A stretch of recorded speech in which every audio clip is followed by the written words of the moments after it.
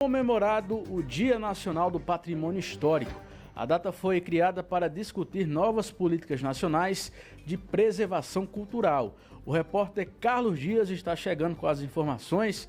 Carlos, qual a importância do patrimônio histórico?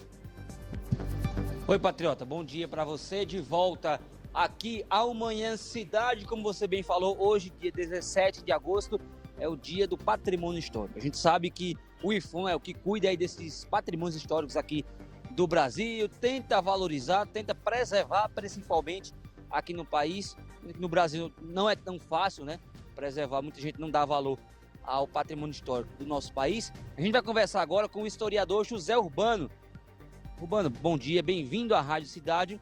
Primeiro, qual a importância de se preservar, de se valorizar um patrimônio histórico? Como eu falei, aqui no Brasil, a gente não tem tanto essa cultura ainda de valorizar, de preservar, às vezes até ao contrário, né? Destruir o patrimônio histórico. Qual a importância, até para as próximas gerações, de se preservar um patrimônio histórico? Bom dia. Bom dia, amigos da Rádio Cidade.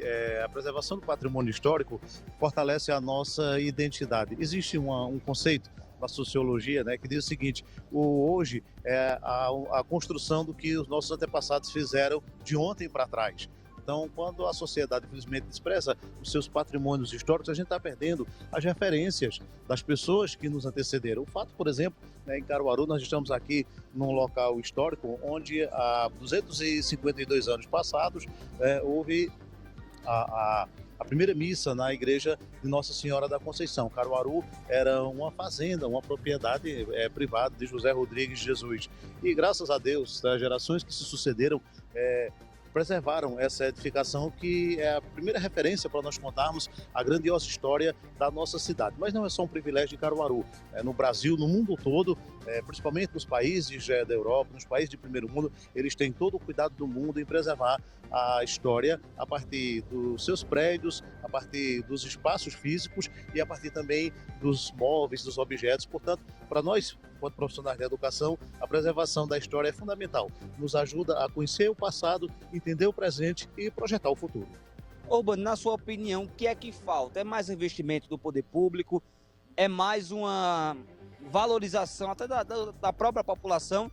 Eu digo isso porque recentemente a gente vem à memória um exemplo lá da França, aquela igreja de Notre Dame que teve um incêndio gigante e no outro dia já teve várias pessoas se motivando, se mobilizando, melhor dizendo, para recuperar, restaurar. Aqui no Brasil a gente vê às vezes incêndio, inundações, e aí vai ter todo um processo, toda uma burocracia para restaurar esse edifício, esse patrimônio histórico. Para você, o que é que falta aqui no Brasil para a gente começar a valorizar mais, como você falou, o nosso passado, nossa história?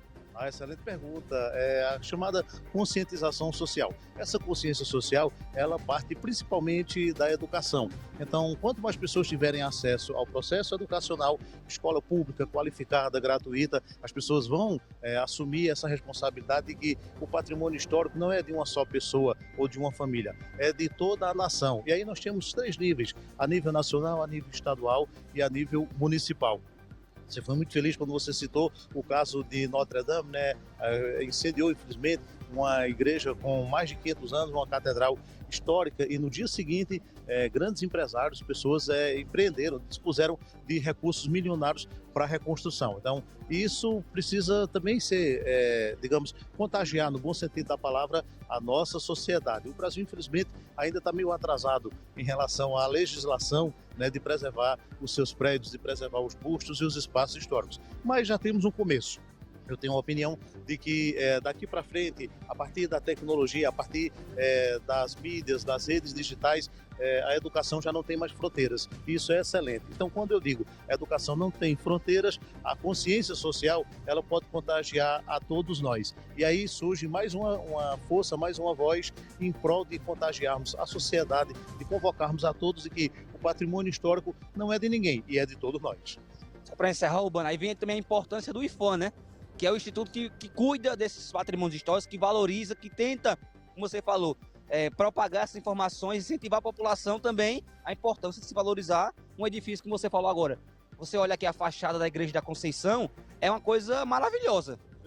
252 anos. Então, assim, é a importância de se preservar, né? Sem dúvida nenhuma, né? Aqui em Caruaru nós assistimos, eu que sou de uma geração mais antiga, quantas e quantas vezes eu vi de uma forma muito triste a demolição de edifícios que abrigaram famílias centenárias, famílias de empresários, de empreendedores que construíram a história de Caruaru, né? Casas muito bonitas e que infelizmente de uma hora para outra, no final de semana é demolido e vira um ponto comercial. Eu acho que está mais do que na hora da gente estancar esse processo e, repito, a gente precisa fortalecer junto à educação com a importância do IFAM, com a importância de um Ministério da Cultura para, junto, cultura e educação, fortalecer essa consciência do que os nossos antepassados fizeram, de onde nós viemos, onde estamos e para onde a gente pretende ir enquanto sociedade. Obrigado, José Urbano, ele que é historiador, fala na importância deste dia 17 de agosto, é o dia do patrimônio histórico, então fica aí o recado, né, patriota? E os ouvintes da cidade, valorizar, preservar principalmente os patrimônios históricos aqui. Caruaru, como o Urbano falou, de Caruaru, Pernambuco, do Brasil, porque o país ainda não tem uma cultura de se preservar o patrimônio histórico, como ele mesmo falou, da Europa e outros países aí pelo mundo, né, patriota? Volto contigo. Valeu, Carlos Dias. Obrigado aí pelas informações. É isso, perfeito. 8h39. Agora é a hora da gente conhecer mais um serviço da Coletivo Inter